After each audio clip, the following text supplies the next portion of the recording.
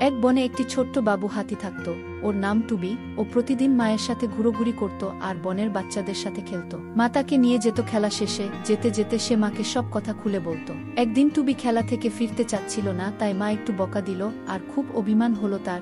পরদিন সে একা একা বের হয়ে গেল।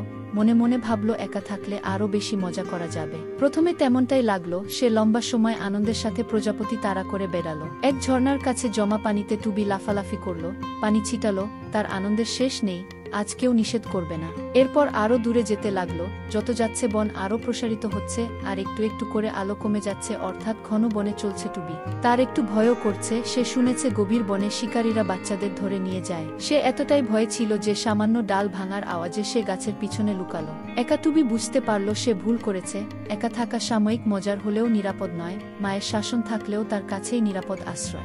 তখন শুধু বারবার মায়ের আদরমাখা চেহারা টুবির চোখে ভাসতে থাকলো। সময় নষ্ট না করে ফিরে যেতে লাগলো পথ ধরে। মাকে সরি বলার জন্য ছুটে চলল। এসে দেখল মা পথের বাঁকে অধীর হয়ে অপেক্ষা করছে। মা নিশ্চয়ই অনেক চিন্তা করেছে তার জন্য। ছুটে গেল মায়ের কাছে। মা বকলেন না, সুর দিয়ে জড়িয়ে ধরলেন টুবিকে। টুবি ভুল স্বীকার করে বলল তাকে ছেড়ে টুবি আর কোথাও যাবে না।